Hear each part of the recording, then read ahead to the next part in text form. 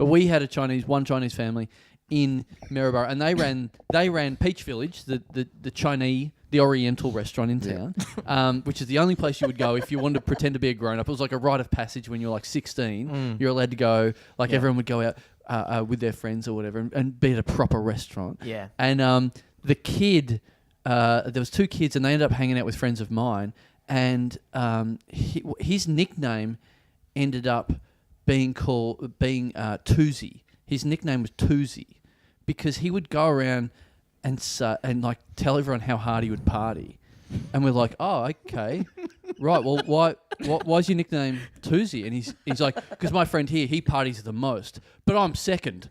And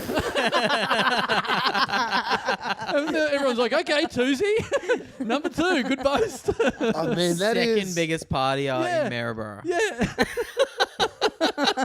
I love small town dudes that brag about how much they party. That's the best. But not even brag. But brag. He's number 2. They're number 2. Yeah. But was it like Hertz or one of those car companies had the slogan, we're number 2, but we try harder? I bet he was like, I'm number 2, but I party hard. I'm number 2, but I green out earlier. Which would technically make you number 1, though. So numbers-wise, I party, though. Yeah. Numbers-wise of what I consume, I'm second best, but I'm out later. You know, it's a real... But my parents always had shops in Maryborough, so we always knew everyone in all the other shops and stuff like that. So they owned the building of a shop, and then moved out of that shop, started another shop, and someone came in, rented that shop, and started their own business. And when I was a kid, all of a sudden they went back into that shop, and I never really understood why. And they took over this business that someone else had already started up, and I didn't understand why. And then later on, I'd heard the story that... So this new guy started up a health food store in this shop, in this empty shop that my mum and dad owned. Then they had to go over and take over this health food shop that they had no idea what anything was about or anything. And I didn't know why they did that. It was because this guy all of a sudden just left town, like, overnight. And then I heard later that the official story was he was up a ladder and then fell down on a broomstick and it went up his ass, and then he had to leave town after that. That's not the official story. No. That's local gossip, man. Yeah, no, I know. Front page of the paper. Health freak gets sales out of town. Health freak bummed by broom. Run out of town. Where's your quinoa now, fuckhead? They probably threw him down the main drain. Yeah, and threw exactly. pizza at him. Yeah, but threw alfalfa at him instead of pizza. Yeah, what's a fucking bloke doing fucking sweeping up anyway, mate?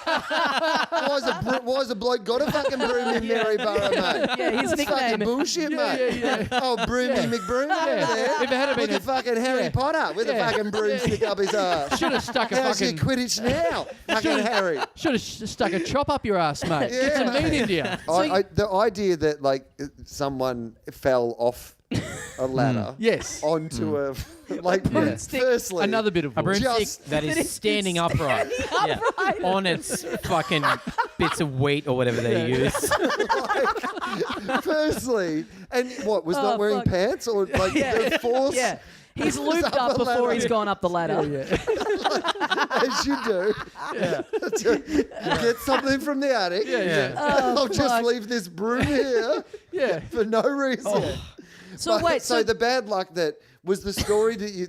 I need to dig down on this a little. Was the story that the brooms... Like, he was wearing pants, but the force of the ladder and the broomstick, gravity-wise, had forced the broomstick through the... At 12 years old, I just assumed that. I didn't look into it any deeper.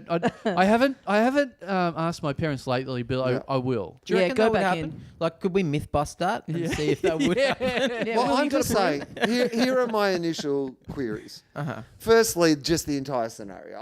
Look, maybe... Firstly, everything. Well, I'll rest my case. you know It's what? going to be second. Let's start with the idea that somebody presented at a hospital with a broomstick up their ass. Yes. Falling off a ladder onto it is still not number 1 through 100 of ways that might happen, Yeah, right? yeah. So this scenario where someone's invented the idea, the story isn't that he had to leave town because he stuck a broomstick up his own ass, right? That I could buy. He's experimenting one night. It's a lonely night in Maryborough. Yeah, totally. Yeah. He's running the health food shop. Yeah. He's like, it's part colonic, it's part getting me off. Yeah. You know. He's not thinking with a full strength brain. He's missing a lot of protein. Yeah, exactly.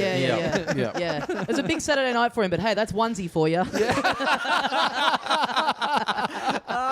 don't get the title by fucking around, having a quiet night in. No wonder Toosie always walked very straight and calmly. Like He's like, I actually want to be number 2. I don't want to be number 1. Yeah. I've seen what you have to do to be number 1. I'd love to be number 1, but the cost is too high. Yeah. I'm fine with being number 2 and not sticking things up where number 2 comes out of. Well, Toosie was in the corner with a vacuum cleaner on the front. All right. So number 2 in effort, but number 1 in terms of technology. Yeah, right. So the idea that the story is not that he like just stuck it up there or whatever and then had to leave town, but literally that there was some accident whereby this happened, right? Right. So therefore, I assume that it's not a sexual thing. He's like, the story is he's on a ladder. He's fallen off it so hard that it's penetrated through his clothing and gone. I imagine the point of the story is into his like anus, right, and through him. I mean, that's a remarkable coincidence that level of accuracy would happen. Totally. In that If situation. you did it, my first Yeah. thought would be, fuck, that's a good shot. Yeah. Like, that's a hard thing You'd to do. say, as you were penetrated by the broom, you'd be like, fuck, that's a good shot. Yeah. How Yeah, good's this? bullseye.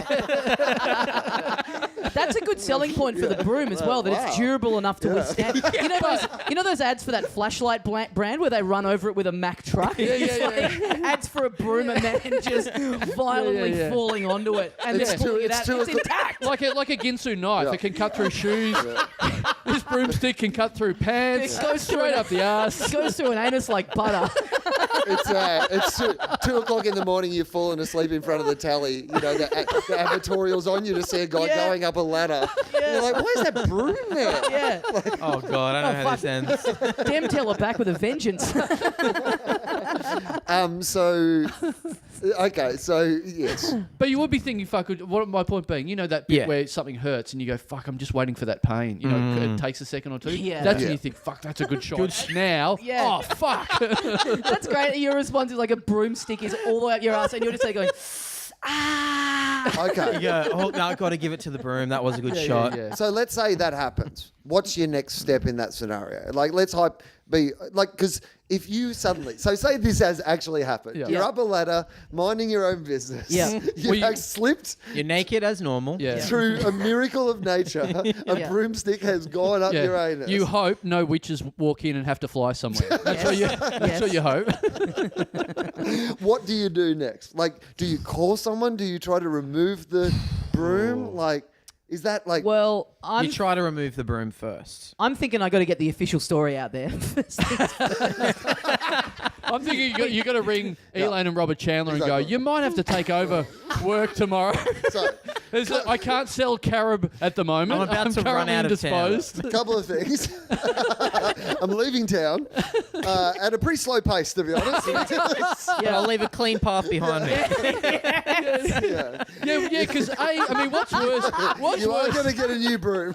That's great. How do we find this guy? Just follow the trail of no leaves that he's left as he waddled with the broom still out of his ass. But what do you do as a small town lynch mob as he makes his way out of the health food store? What do you do when you see a man with a broom up his ass? Do you go poofda or do you go witch?